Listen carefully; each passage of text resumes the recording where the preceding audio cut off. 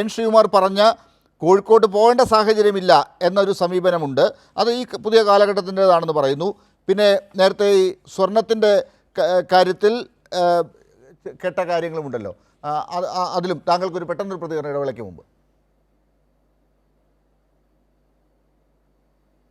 അല്ല, കോഴിക്കോട്ട് പോകേണ്ട കാര്യങ്ങളില്ല, ഇപ്പോഴത്തെ പുതിയ സംവിധാനമാണല്ലോ എന്നൊക്കെ പറയുന്നത്.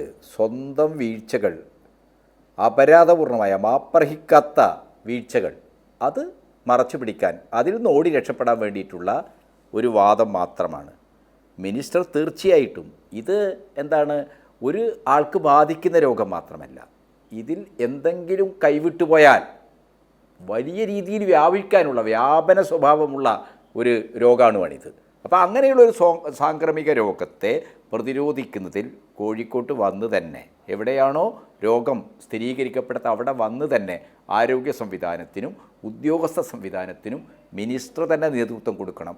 അങ്ങനെയാണ് നമ്മുടെ കീഴ്വഴക്കം. ഇവിടെ ശൈലജ ടീച്ചറും വീണ ജോർജുമൊക്കെ അങ്ങനെ ചെയ്തിട്ടുണ്ട്. അന്ന് നിങ്ങൾ അവരെ കോവിഡ് റാണി എന്നൊക്കെ പറഞ്ഞിട്ട് കളിയാക്കിയതാണ്. അന്നത്തെ മുല്ലപ്പള്ളി രാമചന്ദ്രനൊക്കെ എന്താ പറഞ്ഞതെന്ന് നമുക്കറിയാം.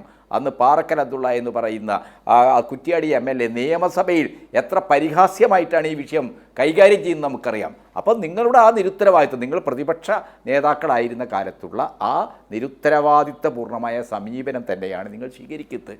ഇത് മനുഷ്യരാശിയുടെ ഭാവിയിൽ ഇത്തരം സാംക്രമിക രോഗാണുക്കൾ ഉണ്ടാക്കുന്ന വിനാശകരമായ വ്യാപനത്തെ സംബന്ധിച്ച് ആശങ്കയുള്ള ആളുകളുടെ മുമ്പിൽ നിങ്ങൾ വലിയ കുറ്റമാണ്. നിങ്ങൾക്ക് ചരിത്രം മാപ്പ് തരാൻ പോകുന്നില്ല. ഇപ്പോൾ നമ്മൾ രക്ഷപ്പെട്ടു നിൽക്കുന്നത് ഇവിടെ ഒരു സംവിധാനമുള്ളത് കൊണ്ടാണ്. ഇടതുപക്ഷം ഇവിടെ കൊണ്ട വെയിലിൻ്റെ തണലിലാണ് നിങ്ങൾക്കിപ്പോൾ എന്താണ് അവിടെ സംവിധാനം ഉണ്ടല്ലോ എന്ന് പറയാൻ കഴിയുന്നത്.